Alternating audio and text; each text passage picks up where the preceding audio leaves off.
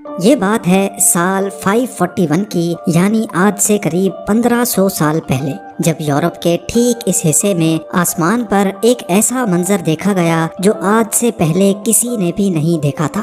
عجیب شیپ کے کافی گھنے اور کالے بادلوں نے آسمان پر ڈیرا ڈال دیا تھا، اور یہ اتنے گھنے بادل تھے کہ انہوں نے سورج کی روشنی کو بھی پوری طرح سے روک دیا تھا۔ پہلے تو یہ سمجھا گیا کہ یہ بادل بارش برسا کر غائب ہو جائیں گے، لیکن ایسا سوچنے اور سمجھنے والوں کو کہاں معلوم تھا کہ یہ بادل کچھ ایسا کرنے والے ہیں جس کو ہمیشہ کے لیے یاد رکھا جائے گا۔ یہ پورا علاقہ اس دور میں ایسٹرن رومن امپائر یا پھر بائزنٹائن امپائر کے کنٹرول میں تھا، جہاں کی کیپٹل سٹی کانسٹینٹینوپل تھی، جس کو آج استنبول کہا جاتا ہے۔ اور یہ عجیب و غریب منظر بھی استنبول یعنی اس وقت کے کانسٹینٹینوپل میں ہی دیکھا جا رہا تھا۔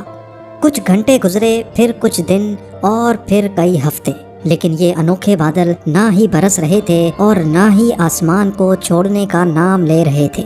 دن بدن یہ معاملہ کافی سیریس ہوتا جا رہا تھا، اور اب بات یہاں تک پہنچ چکی تھی کہ پچھلے کئی ہفتوں سے کانسٹینٹینوپل نے سورج کی شکل تک نہیں دیکھی تھی۔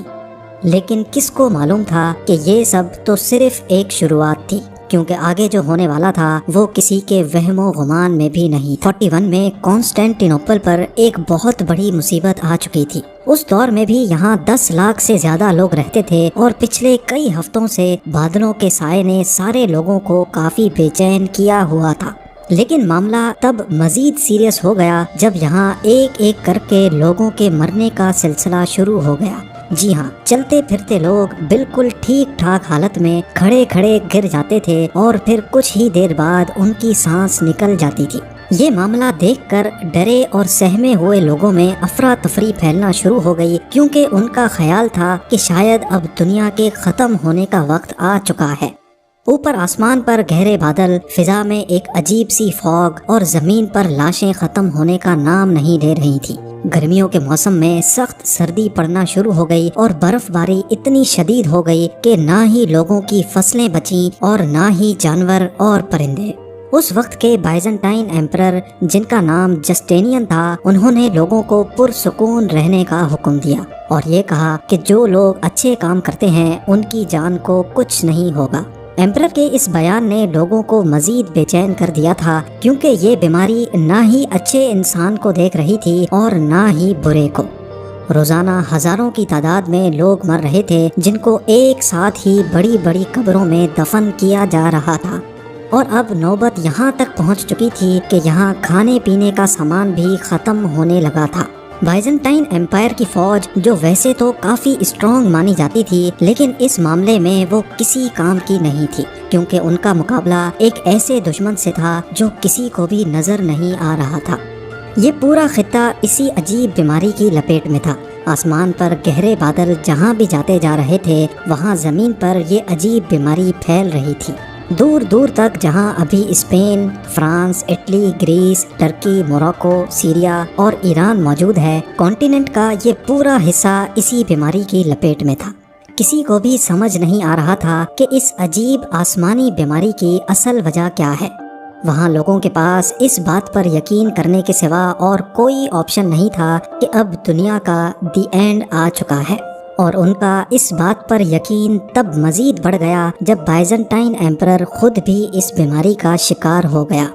یہ بیماری ہسٹری کا سب سے پہلا ریکارڈڈ پینڈیمک تھا، جو آج پلیگ آف جسٹینین کے نام سے جانا جاتا ہے۔ پورے 2 سالوں تک چلنے والی انوکھی آسمانی بیماری نے اس پورے کانٹیننٹ کا نظام دھرم بھرم کر دیا تھا، یہاں تک کہ کچھ علاقے تو ایسے بھی تھے جہاں پورے 2 سالوں تک سورج ہی نہیں نکلا تھا۔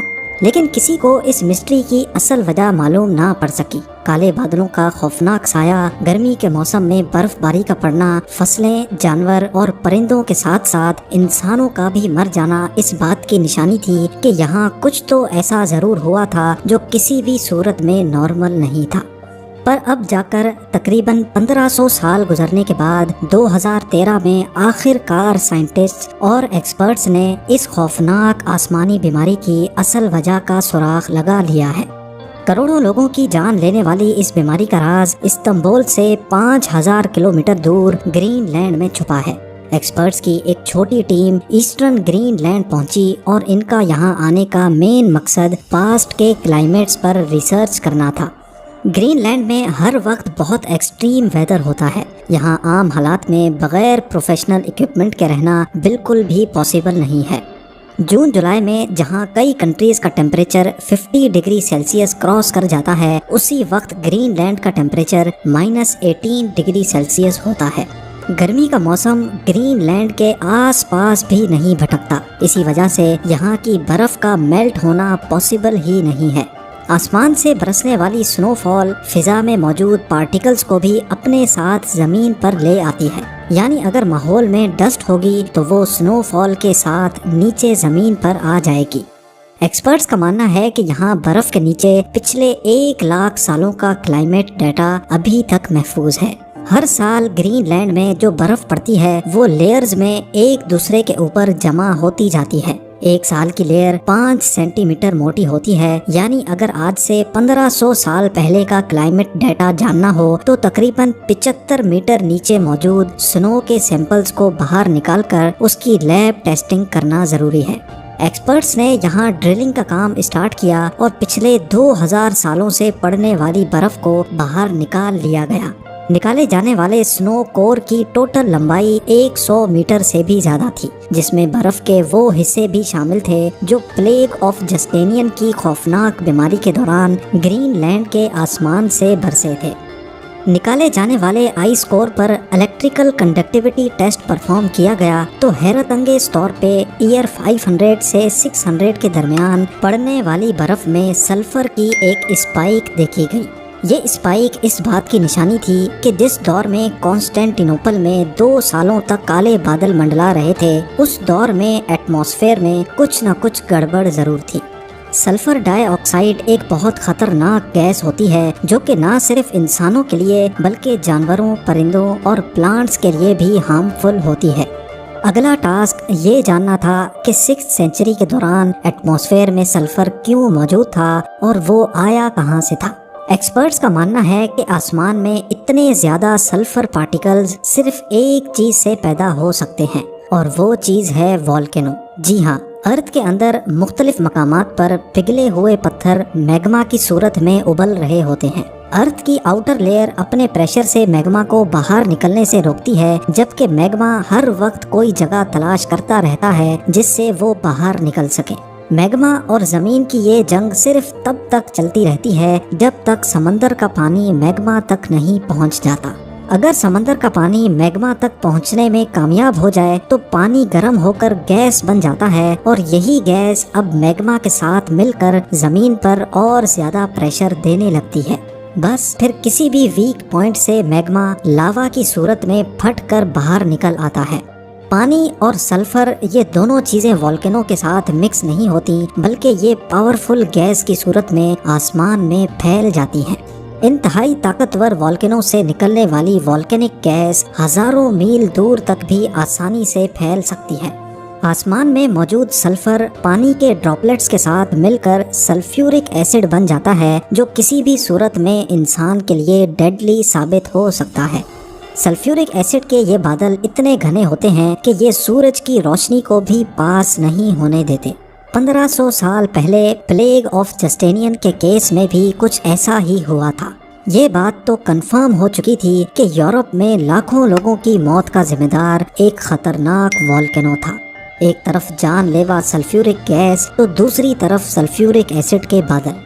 یہ بادل برسیں گے تو جیسے تیزاب کی بارش ہوگی، اور اگر یہ نہیں برسیں گے تو اس کے بادل انسانوں کو سورج کی روشنی کے لیے تڑپا دیں گے۔ یہ ایک ایسی سچویشن تھی جس میں انسانوں کے لیے ہر موڑ پر صرف تباہی ہی تباہی تھی۔ جس والکینو کے پھٹنے سے یہ ساری تباہی ہوئی تھی، وہ والکینو کون سا تھا یہ جاننا ابھی بھی باقی تھا۔ کئی سالوں کے بعد ایکسپرٹس اس نتیجے تک پہنچے کہ کانسٹینٹینوپل سے 11,700 کلومیٹر دور سمندر کے اس پار ٹھیک اس مقام پر ایل سیلویڈور میں واقع ایلوپونگو لیک ہے۔ جب کانسٹینٹینوپل میں پلیگ آف جسٹینین آیا تھا، اسی دور میں اس لیک کے اندر سے ایک خوفناک والکینو پھٹا تھا، اور اس کی جیتی جاگتی مثال یہ پہاڑ ہے۔ یہ پہاڑ جو دکھنے میں تو بالکل نارمل لگ رہا ہے، لیکن یہ اصل میں والکینک ایش کا پہاڑ ہے جو اسی لیک کے اندر 1500 سال پہلے پھٹنے والے والکینو کے نتیجے میں بنا تھا۔ ناظرین، اس وقت دنیا میں کروڑوں لوگ والکینوز کے سائے تلے رہتے ہیں۔ یہ والکینوز کس وقت پھٹیں گے اس کا جواب سائنس کے پاس نہیں ہے۔ ہمیں صرف یہ معلوم پڑ چکا ہے کہ جو والکینوز انسانی آبادی سے ہزاروں کلومیٹر دور بھی ہیں وہ بھی ہمیں نقصان پہنچا سکتے ہیں۔ دنیا بھر کے والکینولوجسٹ، کلائمیٹ ریسرچرز اور جیولوجسٹ پاسٹ میں پھٹنے والے والکینوز اور ان کے نتیجے میں ہونے والے نقصان پر ابھی تک ریسرچ کر رہے ہیں تاکہ انسانوں کو ان سلیپنگ جائنٹس کی تباہی سے بچایا جا سکے۔ امید ہے بھی آپ لوگ بھرپور لائک اور شیئر کریں گے۔ آپ لوگوں کے پیار بھرے کامنٹس کا بے حد شکریہ۔ ملتے ہیں اگلی شاندار ویڈیو میں۔